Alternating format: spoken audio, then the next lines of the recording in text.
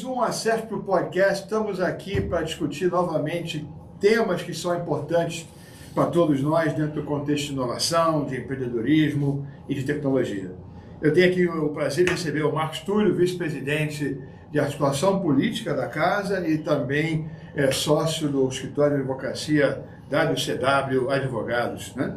E aqui também o professor Luiz Oliveira, né, que eu tenho o prazer de receber, que é um especialista em licitação, e hoje o nosso tema é justamente falar de como é que a gente pode criar relações profícuas com o setor público. Muitos dos nossos associados e ouvintes atuam nessa área de atender o setor público e vamos entender quais são as novas formas de a gente poder se relacionar de maneira consistente com uma entrega de valor e uma relação que possa ser eternizada aí dentro do tempo. Eu vou começar com o meu amigo Marcos Túlio, que fala muito sobre os contratos novos que estão sendo feitos agora no contexto de inovação. Agora a gente consegue, né, mesmo com muita incerteza, aí num modelo meio sandbox, com uma coisa aí da MVP, né, buscar fazer algum tipo de relacionamento junto ao setor público. E aí tem um instrumento novo que permite a gente ter essa flexibilidade nessa relação, não é, Marcos? É verdade, Robert. Obrigado pelo convite. Bom, a gente tem, na realidade, hoje, uma série de mecanismos jurídicos novos, relativamente novos, que facilitam a compra de inovação pelo poder público. E se a gente parar para pensar, o poder público, não só no Brasil, mas no mundo, é um grande comprador. Aproximadamente 15% do PIB, em média, dos países da OCDE, é utilizado em compras governamentais. O Brasil fica mais ou menos nessa média, fica em volta de 13%. Ou seja, existe uma capacidade de uso desse poder de compra do poder público, de uso do poder de compra do Estado, que pode ser utilizado como um mecanismo para fomentar a inovação. Muito interessante. O maior comprador do planeta é o famoso DoD, né, Department of Defense. Então, e lá também, né, tem as suas regras. Mas voltando aqui, né, entendo que agora existe um instrumento específico que facilita a compra da inovação para o setor público, o que é bom para aquelas empresas nascentes, startups, que estão ainda numa fase mais inicial de validação. A gente tem, enfim, alguns instrumentos, né? Um deles é um instrumento muito vocacionado para essa ideia das startups, tanto é que é um instrumento que não foi criado na lei de licitação, ele foi criado no marco legal das startups. Na lei, né, que a gente apelida de marco legal das startups, e cujo número eu sempre esqueço, acho que é a lei completar 128, se não for, dá um Google aí, e vocês acham. Isso marco aí. Legal das startups. E o que prevê nessa lei? Ela prevê uma figura que a gente chama de CPSI, Contrato Público de Solução Inovadora. O que é isso em termos reais? É uma modalidade de licitação que permite ao poder público testar soluções inovadoras efetivamente no campo, utilizando. Ou seja, ela faz um processo no qual ela pode ter uma fase inicial de teste, como se fosse um MVP mesmo. Só que esse processo inicial de teste pode ser remunerado. Você pode ter um contrato de até 12 meses, que pode ser prorrogado por mais 12 meses, com até 1,6 milhão de reais. Funcionou aquela solução, você pode logo na sequência fazer um contrato de fornecimento com aquela mesma empresa, sem precisar fazer um novo, né, procedimento de seleção, evidentemente. E aí você pode ter um contrato de fornecimento de até 24 meses, prorrogável por mais 24 meses, e aí até 8 milhões. Ou seja, você dá ao poder público um instrumento muito interessante, que é um instrumento para alavancar a inovação está feita por startups, garantindo o acesso ao mercado público para essas empresas, que é muito difícil uma startup conseguir vender para o setor público. Os requisitos são muito pesados, muito rigorosos, né? E o processo seletivo, ele é muito simplificado, a forma pela qual se dá essa contratação. E tem um outro ponto que eu queria destacar, que eu acho que é mais interessante de tudo. Essa modalidade, ela obriga o poder público a parar, pensar e saber o seguinte: eu tenho que definir quais problemas eu quero resolver. Verdade. E tudo, no final, parte de um problema a ser resolvido. E como é que as entidades têm, os órgãos, enfim, municípios, estados, têm implementado isso? Eles têm feito, primeiro, uma fase interna de identificação dos problemas, dos desafios que eles querem resolver. E aí eles têm feito, normalmente, uma espécie de uma dinâmica que é muito parecida com o hackathon. lançar aqueles desafios a público e deixar que venham as propostas. Então, assim, tem um ganho que é essa fase anterior de identificação dos problemas e das soluções, e depois você tem essa possibilidade de testar aquela solução na vida real. Quando que esse instrumento foi disponibilizado? Desde o marco legal, que é 2019, agora você me pegou, Robert, posso confirmar aqui. E a gente tem alguns exemplos. 182. É 182, eu falei 128, então acho que é 182, Tem alguns exemplos? Temos, assim, me parece que nesse caso aí, a gente está tendo um problema que estão faltando 3 Cs nessa história aí, né? Por parte do setor público. Está faltando conhecimento, capacitação e coragem. Tá? Os gestores não conhecem essa figura, os que conhecem ainda não estão capacitados, e os que estão capacitados estão com medo de aplicar porque é uma inovação jurídica. Para o gestor público vencer essa inércia de vou usar um instrumento novo que não existia, é difícil. Então, assim, a gente tem feito, né, pela CESPRO, um trabalho de, entre aspas, evangelização. A gente tem falado sobre isso, né, em todos os fóruns que a gente participa, porque o poder público tem que se apropriar disso. Mas a gente tem exemplos até interessantes. A gente tem cidades grandes, Porto Alegre, por exemplo, tem um programa já consolidado. Recife é um município que tem um programa, eu acho, mais bem estruturado e mais longevo, já utilizando esse mecanismo. A gente tem um programa que chama EITA, que é o nome do programa, no qual eles já estão, acho que, no 3º ciclo agora, e eles fazem toda essa parte de definição dos desafios, lançamento dos desafios, seleção. Mas a gente tem também municípios muito pequenos, eu selecionei uns exemplos aqui. Domingos Mourão, no interior do Piauí, Igaraçu, no interior de Pernambuco, Guaramiranga, no interior do Ceará, Araguaína, no interior de Tocantins. Com esses municípios buscaram apoios de determinadas entidades, instituições, para poder criar os seus programas e lançar esses programas, quase todos eles para desenvolver soluções educacionais, para a área de educação. Sistemas que possam ajudar na gestão da área educacional do município. Ou seja, a gente tem não só grandes municípios e grandes empresas, públicas inclusive, né? A Petrobras é uma que está usando o CPSI com frequência, inclusive, é um dos primeiros, inclusive, a utilizar. Mas a gente tem grandes municípios e pequenos também. Então, assim, o que está faltando hoje em dia, e aqui talvez valha a pena a gente fazer um apelo, aproveitar o espaço, para o município do Rio de Janeiro. O município do Rio de Janeiro é um município que tem investido significativamente na inovação. O Rio de Janeiro tem um plano, uma meta de se tornar um hub de inovação na América Latina. E a gente tem programas muito bem estruturados nesse sentido. Um deles, a gente tem o centro, nosso centro de operação, o COR, que tem um desafio, o COR, que eles já fazem há anos. Acontece essa semana, inclusive. A Carla Costa está lá, ou agora, disse que não podia aqui participar com a gente, porque ela está comandando o desafio do COR. Interessante que estão trazendo a visão de games para poder resolver os problemas.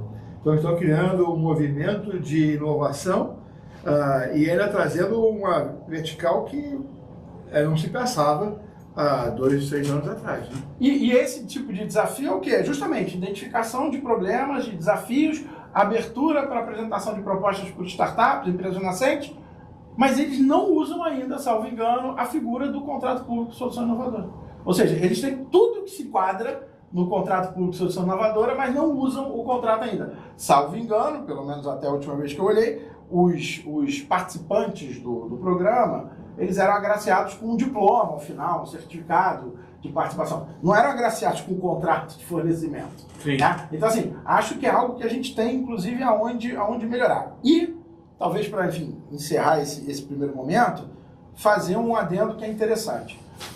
Qual é o grande medo, né? A gente fala que no setor público a gente tem o apagão das canetas, né? Hoje em dia não é mais caneta, né? Porque hoje em dia é tudo feito eletronicamente nos processos. Mas, apagão do teclado. Mas é aquela história. O gestor público assume, né, pessoalmente a responsabilidade por seu CPF por determinados atos praticados. Então é natural que você tenha um certo receio. E é importante a gente destacar que os órgãos de controle estão abraçando essa ideia das compras públicas para inovação. O TCU lançou um grande projeto financiado pelo BID, no qual eles justamente desenvolveram uma plataforma, e hoje em dia tem uma plataforma só para isso. Eles desenvolveram roteiro, eles desenvolveram orientações, modelos de documento, modelo de contrato, como fazer, roadmap, etc. e tal. E você tem uma plataforma específica de compras públicas para inovação hoje em dia, que já está no ar, já tem algum tempo. Ou seja, é claro que a preocupação com os órgãos de controle, quando a gente faz uma inovação jurídica, é sempre uma preocupação legítima do gestor público. Mas nesse caso específico, pelo menos no que diz respeito na esfera federal, né, do TCU como uma esfera federal, a gente tem, e é claro que o TCU influencia também os órgãos de controle das outras esferas, né, municipais e estaduais, mas a gente tem uma posição muito firme do TCU, querendo estimular o uso das compras públicas para inovação. Então, assim, me parece, de novo, que está faltando conhecimento, capacitação e coragem. O pessoal está precisando de... Gente, existe uma figura, ela é juridicamente viável, está prevista na lei, a lei está em vigor, os órgãos de controle conhecem, estão incentivando, vamos colocar para funcionar. Eu acho que os 2 primeiros Cs são minúsculos e o terceiro C é maiúsculo. Talvez. Né? Porque você está falando, já tem TCU, já tem plataforma, quer dizer, ferramental está aí, né? Falta só os caras terem coragem. Mas você falou uma coisa, Marco Túlio, sobre a parte interna, né? Eu quero trazer aqui para o professor Luiz, porque na parte interna, no contexto licitatório, houve uma grande mudança também quando saiu da 8666 para a 14133, né?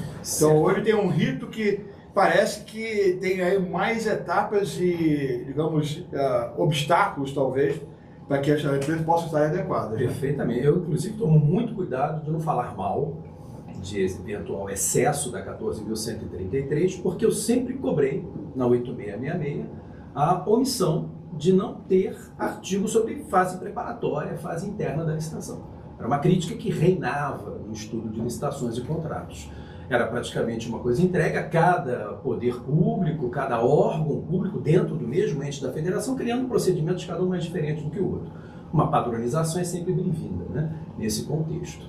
Pois bem, vem a nova lei e traz diversos documentos a serem produzidos para se chegar a uma fase preparatória. Eu digo que tem mais ou menos 20 artigos sobre fase interna.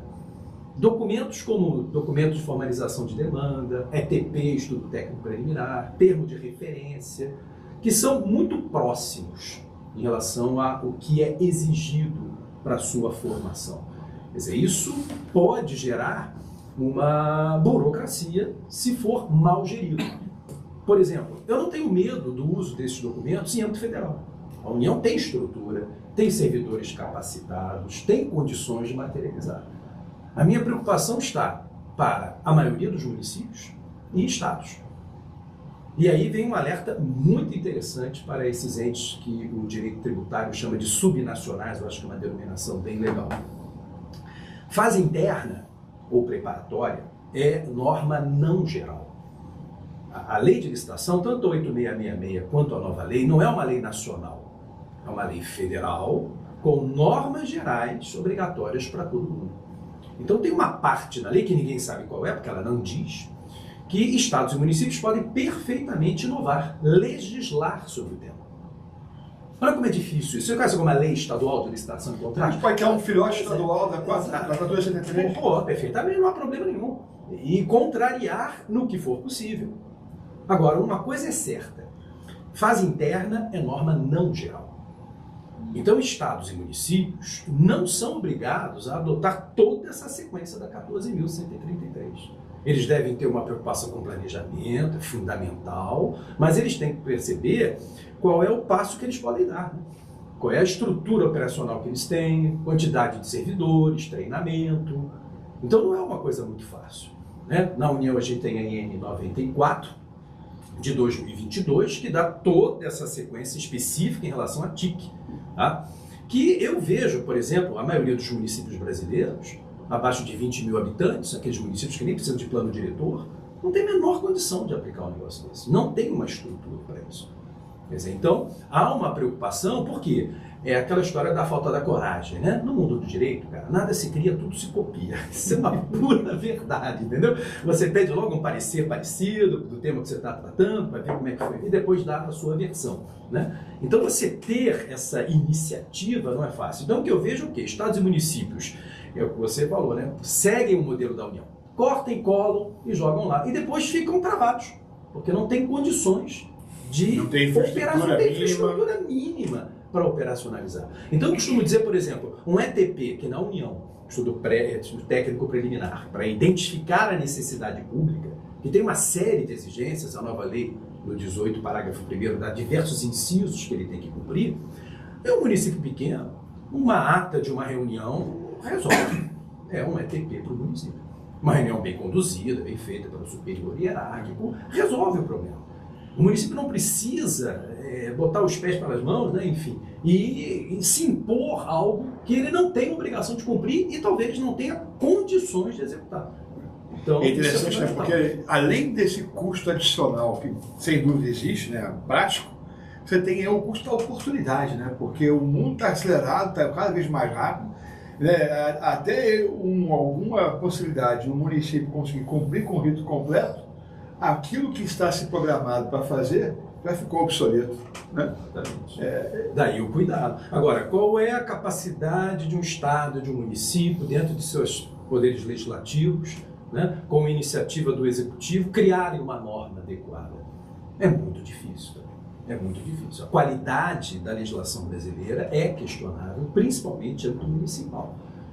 Então, a ideia é que nós deveríamos chamar a atenção para esses poderes. E vejam, é a grande maioria da fonte de contratação, né? São 27 estados, contando com o Distrito Federal, e mais 5 mil municípios. 15% do PIB? Não é isso? Mais ou menos? 13, mais ou menos. Tá vendo? A União é um ente da federação. Né? Tudo bem, eu volto a insistir. Toda essa estrutura, que a gente pode até falar burocrática, eu não gosto muito de criticar, porque eu cobrei muito uma fase de planejamento, de fase interna, eu entendo que a União tem capacidade de aplicar. Tem capacidade total de aplicar. Estados e municípios têm muita preocupação, porque eles vão cortar e colar e vão ter um gargalo lá na ponta. E a coisa não valeu nada. E aí está se falando aqui duas situações distintas, né? Dentro do contexto da relação com o setor público, mas com a mesma necessidade, né? Que é a capacitação e evangelização, para poder endereçar a coragem. Então, quanto mais conhecimento eu tiver, como é que eu aplico o CPSI, né, eu vou conseguir ter coragem. Quanto mais eu conhecer do que é o processo interno de poder construir uma licitação, perfeitamente. E eu ainda digo mais, Robert, é necessário que as empresas do setor conheçam como o poder público vai agir. Conheçam as etapas internas da contratação. Então, por exemplo, eu estou começando a me aprofundar em licitações em TIC há pouco tempo e eu tenho lá na minha mesa um plano diretor de TIC. Eu ainda não consegui ler, não tive tempo, porque eu estou focado na instrução normativa que me cobra mais informações imediatas. Quer dizer, eu acho que o empresário precisa saber que ele pode colaborar com o poder público. O poder público pede isso. Veja, eu trouxe aqui um decreto que organiza o CISP, que é o Sistema de Administração de Recursos e Tecnologia de Informação na União. Aí ele estrutura com os órgãos federais, tá? Fala em órgão central, órgão de coordenação e tal. Aí de repente vem assim, parágrafo único do artigo 3º, olha que interessante. Poderão colaborar com o CISP, mediante acordos específicos com o órgão central, outras entidades do poder público e entidades da iniciativa privada, interessadas no desenvolvimento de projetos de interesse comum. Que é exatamente o caso, né, das confederações e federações que atuam nessa área. Você vem aqui presidindo no Rio de Janeiro. É procurar o poder público e fazer o quê? Um acordo de cooperação, onde a própria associação colabora na definição da política pública, na organização das futuras contratações, propondo a utilização de startup como uma solução mais rápida, eventual. Aí eu me pergunto se a coragem vai aparecer, né? Porque ele vai querer, peraí, está fazendo um acordo de colaboração com a empresa número X, aí vem o concorrente e olha lá, está fazendo alguma coisa ali no bastidor. Mas olha aqui, olha o fecho aqui, de interesse comum. Quer dizer, não tem obrigações recíprocas, não é contratual. Eu vou lá numa reunião para ajudar o ente a se situar e entender o problema que ele quer enfrentar. Qual a contratação que ele quer enfrentar. Porque eu volto a insistir, eu atuo muito em licitação. Quando eu vi TIC na minha frente, eu falei, meu Deus, como é que eu vou descrever o objeto contratual? Quais são os requisitos técnicos dessa contratação? Isso para mim é muito subjetivo. Essa ficha para mim ainda não caiu, ainda não me situei. E acho que vai ser difícil cair porque a natureza já é... Exatamente. E aquela história, pô. Como e aí que eu vou o contrato respeitar? público, né, que permite você fazer testar uma possibilidade de um caminho, né? Engraçado isso. Eu tenho que ter julgamento objetivo na licitação. O edital tem que deixar claro o que ele quer. Como é que eu vou deixar claro o desenvolvimento de um software? Entendeu? Isso eu não consigo ainda. Eu acredito que tem instrumentos, mecanismos para tal, que fogem ainda ao meu domínio, mas é a parte mais complicada. Porque não adianta eu abrir uma licitação em qual só uma empresa tem condições de fazer. Toma logo coragem, faz inexigibilidade, justifica que tem que ir nela. É uma alternativa. A dispensa e a inexigibilidade estão aí. Né? O setor pode até propor isso, matéria de notória especialização e tal, isso existe. Agora, eu acho que essa parceria é importantíssimo, porque às vezes falta no governo capacitação também, para entender o que o mercado pode oferecer para ele. Essa troca é importante. Por isso que tem que ser associação, tem que ser federação, tem que ser confederação, e não empresas individualizadas, porque aí você tem o quê? Uma reunião, fechando um acordo de cooperação, em que você tem os interesses comuns na mesa, que é o desenvolvimento nacional, o desenvolvimento tecnológico, crescimento econômico de todo mundo. Todos temos a ganhar, pô. Todos temos a ganhar. É interessante também que além dessa figura da CPSI, né, que a gente mencionou, na nova lei de licitação eles criam uma figura também que eles chamam de diálogos competitivos. O diálogo competitivo é uma solução para problemas complexos, de difícil solução, e no qual a administração tem pouco conhecimento, tem assimetria de informação. A administração conhece menos sobre aquele tema do que as empresas. Então você instaura um processo onde você pode, como o próprio nome diz, dialogar. Você vai juntamente, conversando com as empresas que têm interesse em fornecer aquele produto, a administração pode, ao dialogar com elas, aprender mais sobre aquilo para estruturar melhor os seus processos. Ou seja, é claro que esse tipo de interação pode ainda, enfim, gerar discussões, como você mencionou, uma empresa dizendo que foi... Mas a lei está caminhando nesse sentido de tentar incentivar, por diferentes tipos de instrumentos, ou esse dispositivo que o professor mencionou, ou nessa própria figura do diálogo competitivo que está previsto na nova lei, incentivar esse diálogo entre a administração e o setor privado, evidentemente respeitando regras éticas, etc. Esse diálogo competitivo é a grande novidade da 14.133, é uma modalidade inexistente. Eu confesso até, eu ainda não vi acontecer. Eu acho até muito difícil de ocorrer em âmbito municipal, por exemplo. Todos estão falando de um exemplo de diálogo competitivo no Rio Grande do Norte, em Natal, mas eu não consigo ter acesso ao edital. A União ainda não usou o diálogo competitivo, está aí desde 2021. E o diálogo competitivo é um diálogo, mas já na execução, né? Já estou na licitação. Sim. Essa colocação anterior seria no planejamento governamental, quer dizer, eu poderia ter, bem mas lembrado, então o diálogo nas duas competitivo, pontas. na verdade, devia estar acontecendo na fase de planejamento primeiro. Eu acho que os dois estão aptos a acontecer. Eu tenho um planejamento, sei o que eu quero e vamos buscar qual a modalidade de licitação mais adequada. Eu acho muito restritivo, por exemplo, a IN 94 admite só pregão para aquelas soluções já padronizadas e o diálogo competitivo. Eu acho estranho deixar de fora uma concorrência de melhor técnica, de técnica e preço, que são modalidades que todos sabemos usar. Ninguém sabe usar o diálogo competitivo.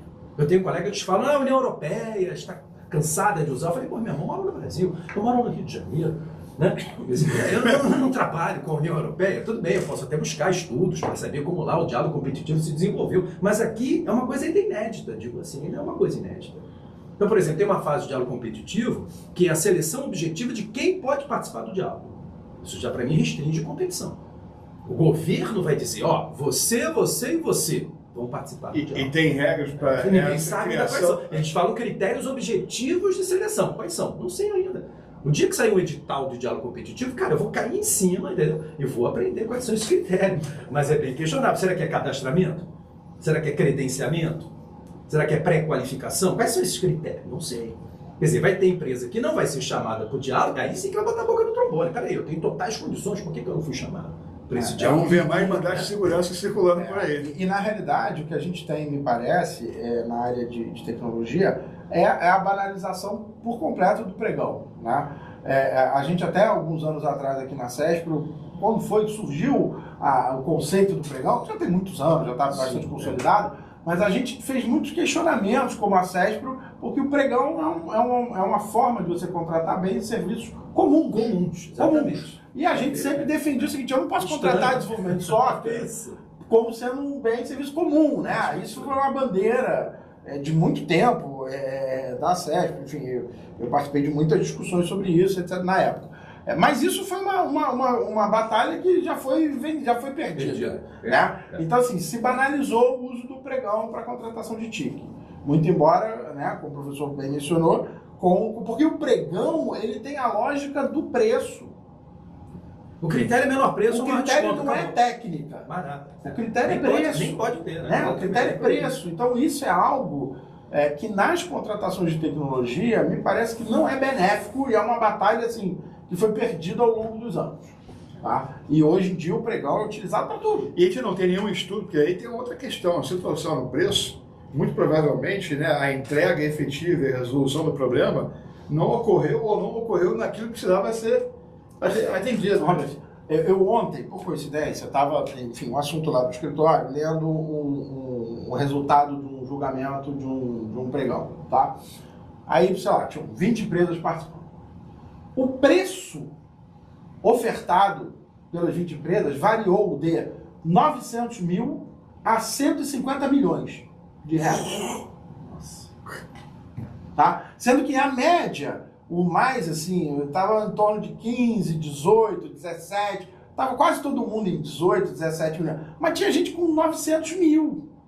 Tinha gente com 150 milhões. Isso é muito perigoso. Então, assim, como é que você cria uma... Ou seja, tem alguma coisa muito errada numa quantificação, numa especificação do escopo que você quer contratar. Né? Ou a pessoa é muito aventureira, ou a definição do que você quer contratar talvez não esteja tão bem estabelecida, porque você não pode ter uma margem de diferença de 900 mil para 150 milhões para o mesmo serviço. É um preço inexequível. O preço pregão gerou. A competição é para baixo. Então, com essa aberração, né, isso já estava dentro de um contexto da 1433, seguindo o rito que está estabelecido? Isso já desde o pregão. Desde que ele então foi tá mal dimensionado. O briefing tá errado. Não é, sabe o que é o problema? É qual é o grau de treinamento do pregoeiro.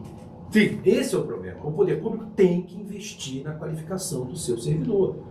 E dificilmente o faz. E o âmbito federal faz. Quando você mas fala pregoeiro, pregoeiro é o que comanda o cliente. A licitação. Não, pregoeiro é o servidor público que faz a licitação pregão. É o que aceita o preço inexequível. Ele é que é o responsável por conduzir o processo de licitação. Não tem nada a ver com, inclusive, a solução que está se buscando.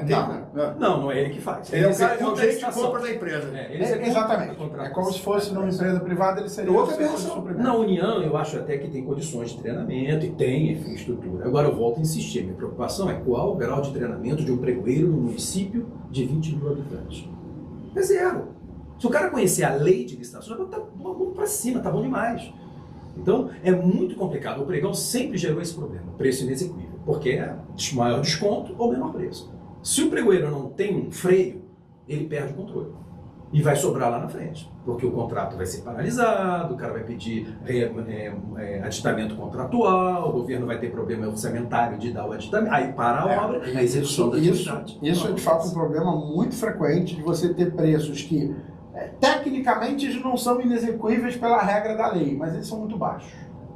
E aí você não tem entrega, ou não entrega, ou tem uma entrega ruim. Ou tem uma entrega ruim, ou não entrega no prazo. Isso gera outros custos associados, não tem dúvida. Isso é uma coisa, dando um exemplo, enfim, um pouquinho fora da TIC, LGPD.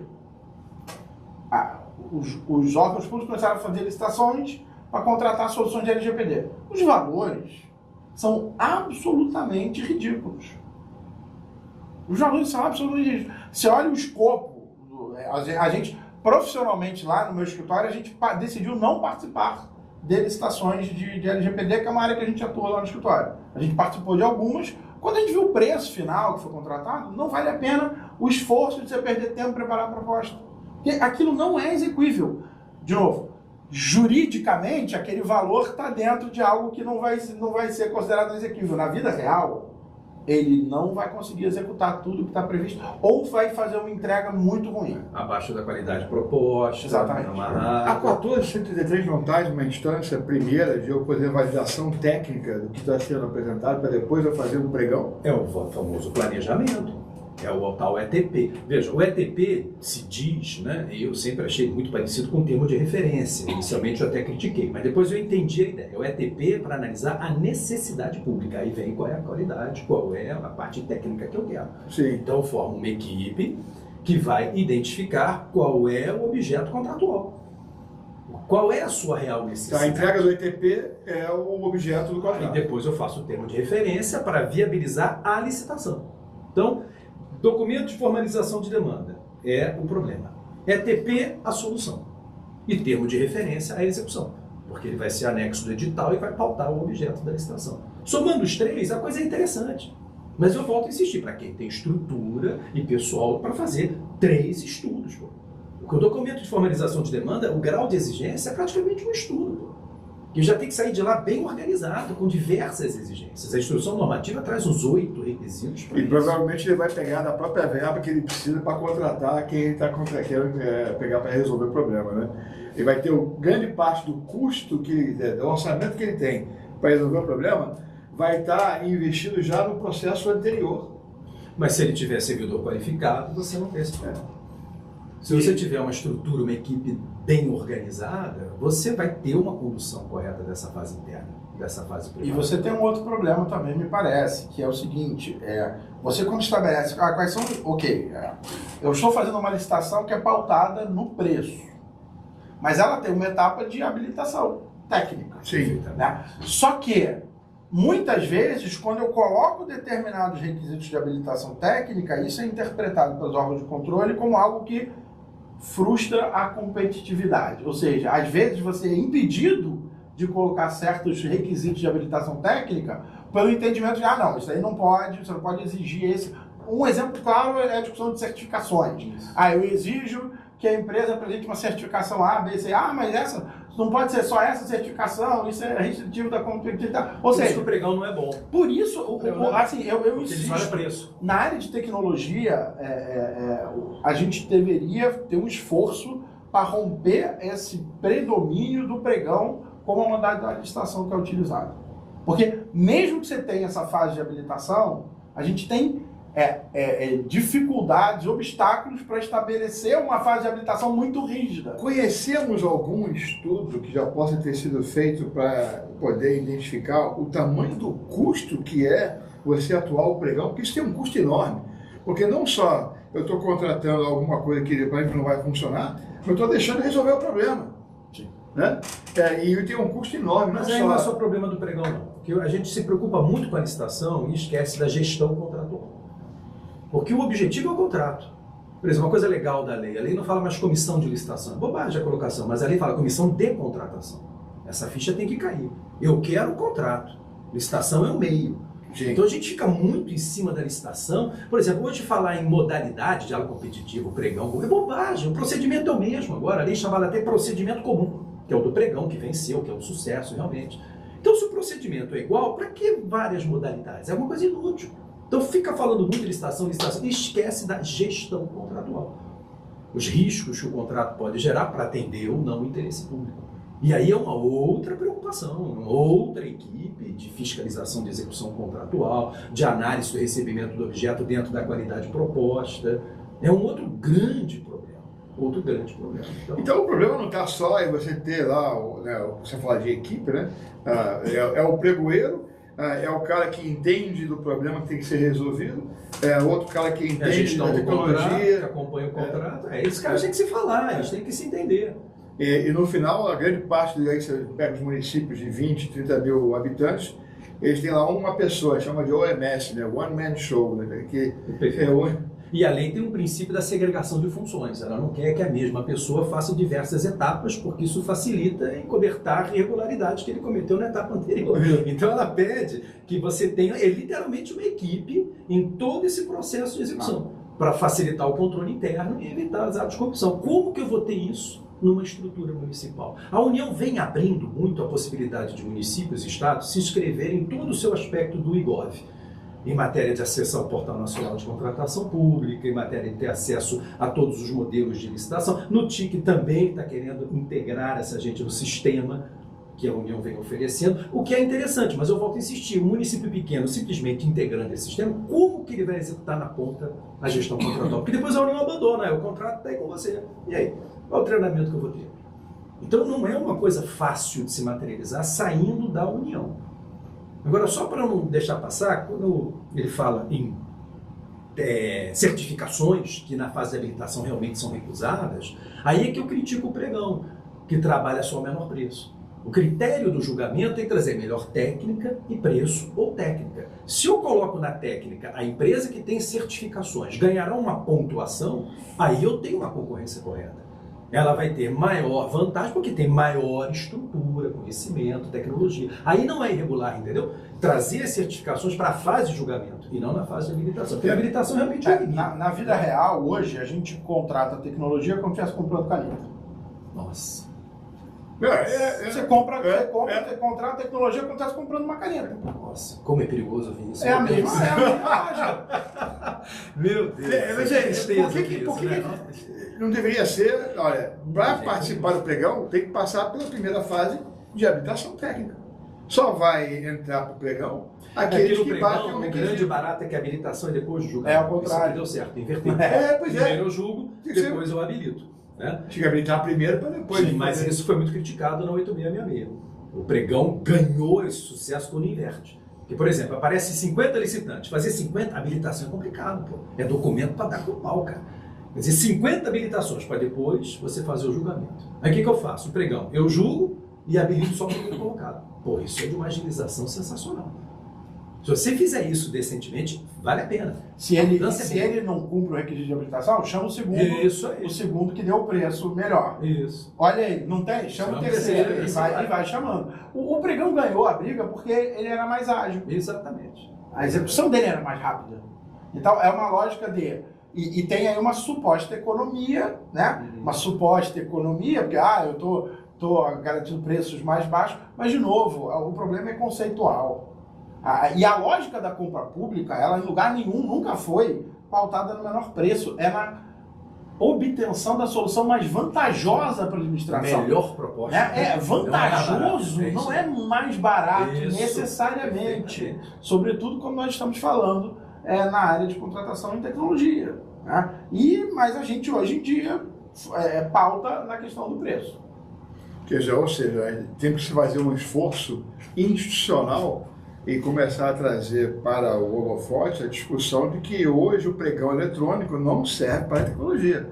Não se está comprando caneta, nem lápis, nem borracha.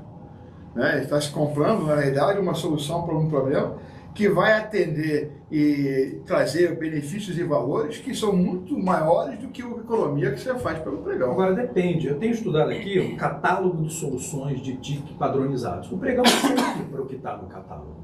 O que está no catálogo é aquilo que todo mundo já sabe o que é. Aí você trabalha com o menor preço.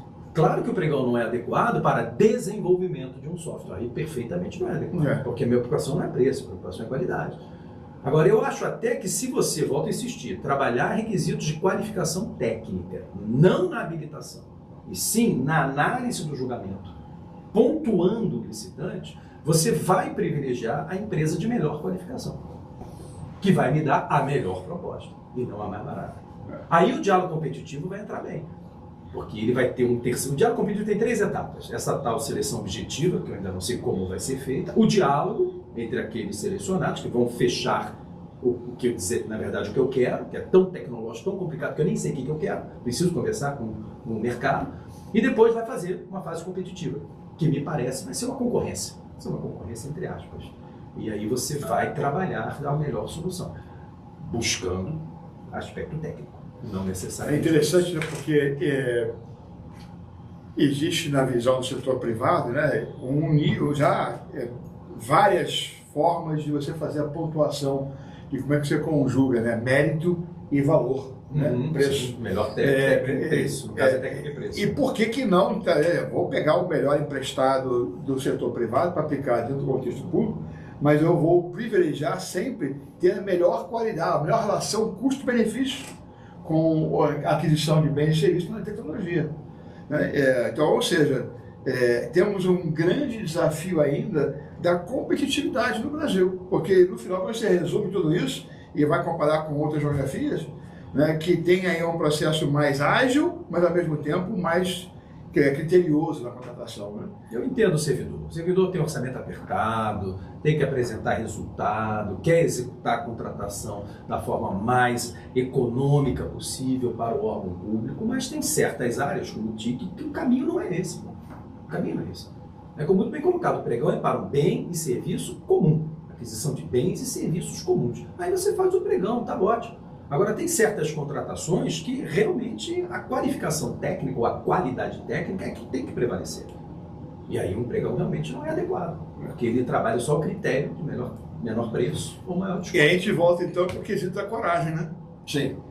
Porque o único instrumento que se tem para poder trazer real benefício está aí na fase da ideação ainda, né? Quer dizer, deixa eu ver se eu consigo resolver esse problema através de uma contrato, uma CPSI, e onde eu vou ter um pouquinho mais de flexibilidade para poder resolver. Né? Nesses exemplos que você trouxe, Marcos Túlio, quais que estão com aí uma entrega que já tem uma visão consistente que a gente pode ilustrar? Acho que Recife, porque eu acho que é um dos...